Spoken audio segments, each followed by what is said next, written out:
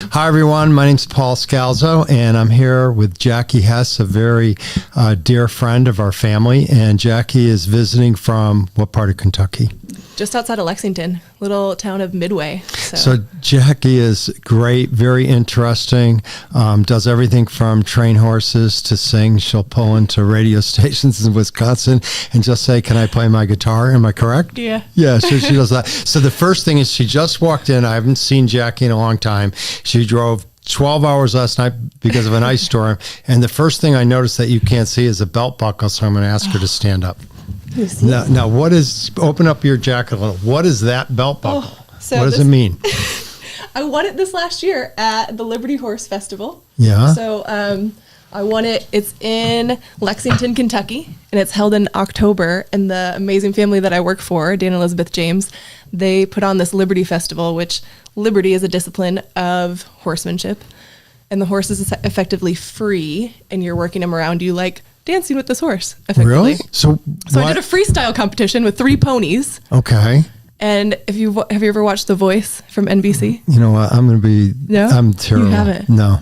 No. Andrew does, but Justin, I don't. have you My watched wife, The Andrew. Voice? Okay, Justin's watched The Voice. All right, the guy videotaping so us. it's like Justin's American watching. Idol, Okay. like Yep. coaches, Okay. whatever. So the ponies, I dressed them up like Christina Aguilera, Blake Shelton, Oh, and you CeeLo did? Green. I put them on chairs to stand on, like little marks with their Oh, how names. cute. Yeah. And then did like a whole routine and did each coach was dancing and singing with me, and then did all the 3 ponies dancing and singing with me, and I won. Oh, wow. Like, Well, you have a videotape of this? I do. Yeah, I'll put it up in the link with this. Well, so that's great. You're very creative. It was fun. Very creative. So tell us about your work. Yeah. So grew up with horses in the North Woods of Wisconsin, Right. and next to a Christian camp, Silver Birch Ranch, where they did trail rides and like a kids youth camp using horses. So fell in love with horses then, had a lot of health issues myself, and found peace with horses and the healing that you can have through that. Yeah. And so fast forward to 2020, COVID hit. I was working as a physical therapist assistant and got furloughed from my job and was like, what am I supposed to do? And I felt like God was like, horses and music are both supposed to be a part of it. And I'm like, how is this going to happen? I was at a place in space of fear with horses and actually wanted to get out of it. I had originally, a few years prior to that, been working as a therapeutic riding instructor for people with disabilities using horses, but felt like I was supposed to get out of it, get actually into therapy for people. And then COVID hit and all this changed. So 2021, I went and trained under a lady, Brandy Lyons, down in Arizona, and just felt like God kind of set her up in my life to equip me with tools in my toolbox for horses and like setting these horses up for success.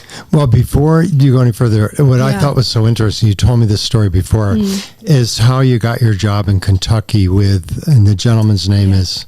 Dan James. Yes. So tell everybody how that happened, because that's kind of strange. Oh, it's crazy. So 2021 went down, worked with Brandy. Fast forward, at that time, I really thought I'm supposed to train horses for therapy specifically. But I was like, how is this going to work? I don't feel like I'm equipped, and I'm terrified to do it. I don't have a facility. I don't know where to move to. What am I supposed to do? So anyways, then I get to, it's called Midwest Horse Fair in Wisconsin, this big horse expo.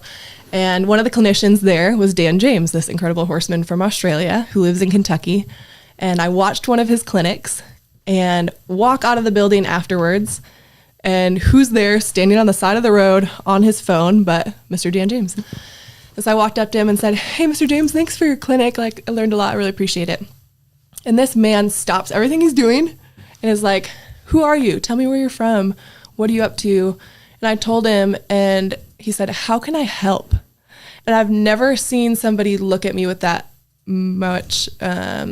He was so genuine in it. And I really feel like God orchestrated that conversation and set it up. And how long have you been working for him now? A year and a half. Isn't that amazing? Yeah. Just because you walked up to him. I walked up to him. Well, what's even more amazing is, and I'll get to the name of your new charity, but you told us you were going to start a charity, and we just kind of talked about it. And there's a big, to go from start to getting something going is kind of amazing. Yeah. So you got your first horse, and you sold it where? So I got a little miniature horse. Yeah. I trained it to go into nursing homes and schools and go help people find healing in that. And I sold it to a place in North Carolina. So my dad and I brought the horse down there. I went to Free Rein Center in Brevard, North Carolina. They're incredible. And that horse helped jumpstart their program of going into nursing homes and schools. Then I got a second horse, and his name was Aslan, a big draft cross. Yeah. And sold him last year. I was up here at this time, actually. That's what's kind of amazing. You sold up in what part of Westchester County? Mount Kisco. Which is, that's where... He's at Access Equestrian, which is Stable Friendships Foundation. That's really kind of crazy. It's wild. Because the gentleman that's coming in 10 minutes is from Mount Kisco. Oh, no way. Yeah. Yeah. That's cool. Yeah. So then you went and got another horse. I got another horse. Developed it for therapy as well, and he just sold to the same facility. So I've got 2 horses here at Mount Kisco, and that's what brings me up here this weekend partially is I get to do a clinic for their physical therapists, their occupational therapists, and speech language pathologists. All right, so let's talk about this charity, because this is, I think, what you really want to talk about. Tell me how it works and how you found it affects children. So there's... Horses themselves, research has shown for years that they bring healing, whether it be their heart rate is lower than ours and it brings that down. People with disabilities, it helps them reduce anxiety. It helps with breathing. It helps with verbal skills. It helps physically because you're using core strength as you ride. It's all these different things, right?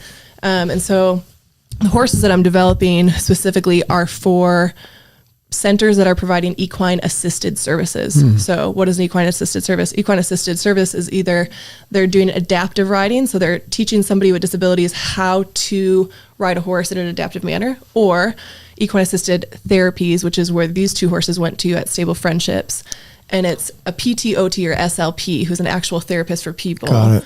And instead of those kids going into a clinical setting and being like, okay, now you're going to do 10 squats, right? And now you're going to reach up and touch this thing on the wall. Those kids get to go outside and be on a horse and be interacting with people and be working on all their actual therapy goals while riding a horse. So what are the ailments of the kids typically? What sort of special needs are they? It's so across the board. The autistic community has been huge. Cerebral palsy, muscular dystrophy, Down syndrome. I give a lot of credit to these people that are doing it. It's incredible. The therapists that are involved in this, oh my gosh, and their horse handlers and sidewalkers that are helping the kids, their knowledge and their care is... It's got to be amazing. But how hard is it to train these horses then? How long does it take? And you're like, when you buy a horse and you're going to get it ready for therapy, how long a period of time does it take you to get it ready? I wish that it could be a easy answer of, hey, it's like a robot or it's a computer. It takes X amount of days, right? And X amount of hours. Yeah. The thing is that it's a unique living, breathing creature. And so honestly, the hard part for me is shopping for the horse originally. Really? So finding the right horse? I go find this horse, and I could go through hundreds of horses before I find the right one. Okay. Because I'm looking for a horse that's unique in its personality, that actually cares about people, right? It wants to interact with people. It's not the one that's going in the back of the pasture running from you. So how do you figure this out? They're the right age, right? So a lot of centers are wanting their horses between 6 to 15 years old is ideal. And then that they're sound, they're not lame, they're not limping around, right? Because otherwise they're not providing proper therapy and movement for their riders that they're getting. So I think what you're telling me is each horse is different based on how long it takes to train. Every horse is different, yeah. And so typically I'll get a horse in, it'll take somewhere between 6 months to a year, but it could take longer. The other piece is that a horse can effectively flunk out of the program, of my training program, right? And it sounds terrible, but it's not, because it's like, you hire people, you have a business here, right? Like you hire people, sometimes it doesn't work for them in whatever setting or niche or whatever. It's the same thing for horses. If I get them in and I see, hey, they're not going to be able to take the mental, physical demands of working in this setting, that's fine. I'll just find them a new home in a different area that's going to help support them. So this last horse, how long did it take you? 6 months. Oh, that was a quick one then, right? Yeah. Oh, there must be a great horse. So he was Amish trained and broke originally. So he worked as a farm horse and took kids to school and was part of a team driving and riding. And then he went to be a family horse, and then I bought him. All right. How much does it cost me to buy your horse? Varies a lot. The horse you just sold. Yeah. So the horse that I just sold, the piece is that there's the piece of me originally buying the horse, Yeah. right? Then there's the piece of all the board and training that goes into it. And then all the piece of time of shopping and selling, right? Yeah. So they're about 30 grand. Okay. Yeah. Okay. But think about the piece is a lot of these centers are getting horses that are 28 years old. How Right. long does a horse So, live? Usually about 28. I'm sorry, I'm so So naive. they get a horse but yeah. at 28 years old. Then what Yeah. happens? Yeah. Right? They're spending so much money on healthcare. Yeah. The horse isn't providing proper Yeah. therapy. And then they're having to put it down anyway. And then they have to go find another horse. And so my goal in my business is not to flip horses. It's not to give them old horses that are falling apart or sick horses or horses that someone wants to throw away. I'm looking, hey, where's the gold horse that's out there? Yeah. I'm going to find that one. It's going to take me, it might take me 6 months to find it. Yeah. Then I'm going to go get that horse, develop it, take whatever time that is, and then find a center that needs that horse in their program for the width the horse has, the height the horse has, the personality, the skills that I've put into it, and then set them up for success. And there's a big demand, isn't there? It's huge. Yeah, I thought so. There's a wait list Yeah. that these Yeah, centers I can have imagine. for, horses and riders. So you're providing a really great service. I'm thrilled for the opportunity to work All with right. these horses. What's the and help name of people. your charity? Well, it's funny, Mr. Scalzo, because many years ago, a few Yeah. years ago, I was here and we were talking about my business that I currently had of Hess horsemanship, where I was just training horses, not for therapy. And then I told you, I'm going to start this thing for therapy. Yeah. And we were sitting in your living room. Yeah. Right. And we went over all these different name ideas. Do you remember the name that you threw out? I threw out a name. Yeah. You know what? There were so many names I know. can't remember, but it would have probably give a description of what you do, Yeah. knowing me. So Yeah. what's the name of it? Come on, you got to at least guess. I know I can't remember, but Okay. Well, it has horse in it. Yep. Okay. Okay. There's two other words on the other side Well, of it'd that. probably be therapy in one. Okay. Am I close? Yeah. Therapy, horse. Do you remember? No. Come on. Oh, come on. It's only one word. How can I not know the last word? Therapy Horse Connection, THC. Okay, great. Do you remember this? We threw out so many names, threw but out that so would have many been a great names. one. That's great. Now, it's Therapy Horse Connection LLC or 501c3. Correct. I'm not a 501c3. I'm just an LLC. Good. Yeah. Okay, Yeah, that's so even it's just- better. yeah. Yeah, that's probably great. So then you just- don't have to go through all the auditing and everything. Yeah. Okay, So- and how do people find you? You can go to therapyhorseconnection.com or Do you have a website? I have a website. Go check Good it job. out. It doesn't have a cannabis leaf on it. It's just Therapy Horse Connection. There's a horse on it. That's There's great. No THC in a leaf or anything. So. Well, I'm assuming you're going to get a lot of people looking at your website because of what you do and what you're connected with. Well, it's exciting. Tell us before we end, because Yeah. where else, tell me, you told me, where are you going after this? Like after you leave for this clinic, tell me where you're headed and tell people all the travel you're doing and how to get a hold of you. Oh, it's crazy. So I work for the incredible Dan James and Elizabeth James of Double Dan Horsemanship, as well as doing my Therapy Horse Training Connection. for who?